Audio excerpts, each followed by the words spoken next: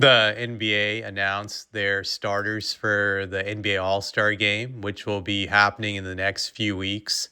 And the starters' names were, I'm just going to read out the starters for the Western Conference: Stephen Curry, Luka Doncic, SGA, Nikola Jokic, Victor Wembanyama. Those were like the five starters that were named to the Western Conference. And you notice that certain somebody's not a starter this year. That would be LeBron James. LeBron James' streak of being an NBA All-Star starter has now been snapped. He had gone 21 straight years of being a starter for the All-Star game, starting in 2005. So this will be the first time in 21 years in which we'll see an All-Star game where LeBron James will not be starting.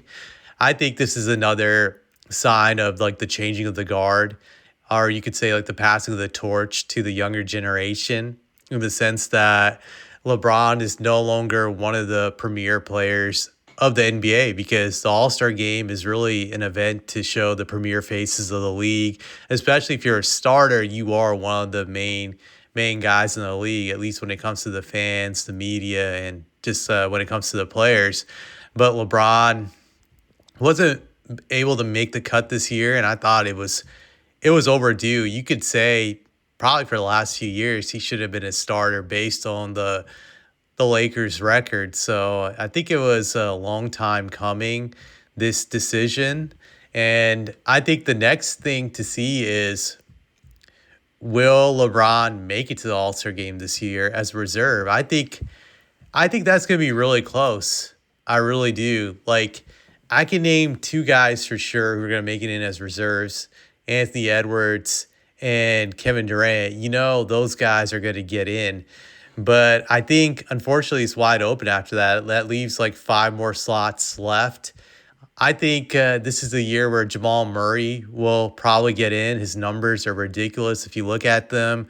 So I think that'll be the third slot. So that leaves four left. And it's going to be close because the coaches are going to have to decide, do you give certain teams another All-Star? For example, do you give the Spurs another All-Star? They are second in the West.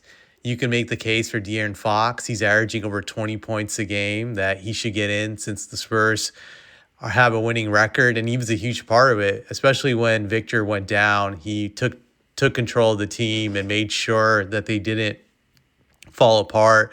Or maybe you can give that to Stephon Castle. So I think that's really close. You look at the Rockets. Do you give Şengün an All-Star spot? He's been, I would say, very important for their success. And then you look at Phoenix. Phoenix, you got Devin Booker and Dylan Brooks. Dylan Brooks has been having a great year. Do you make one of those two guys an All-Star? I think that's going to be very close too. Like, you just look at their numbers. Their numbers have been pretty good. I'm just going to pull up Dylan Brooks' numbers this year. He's averaging 20.7 points per game. Do you give him an All-Star appearance?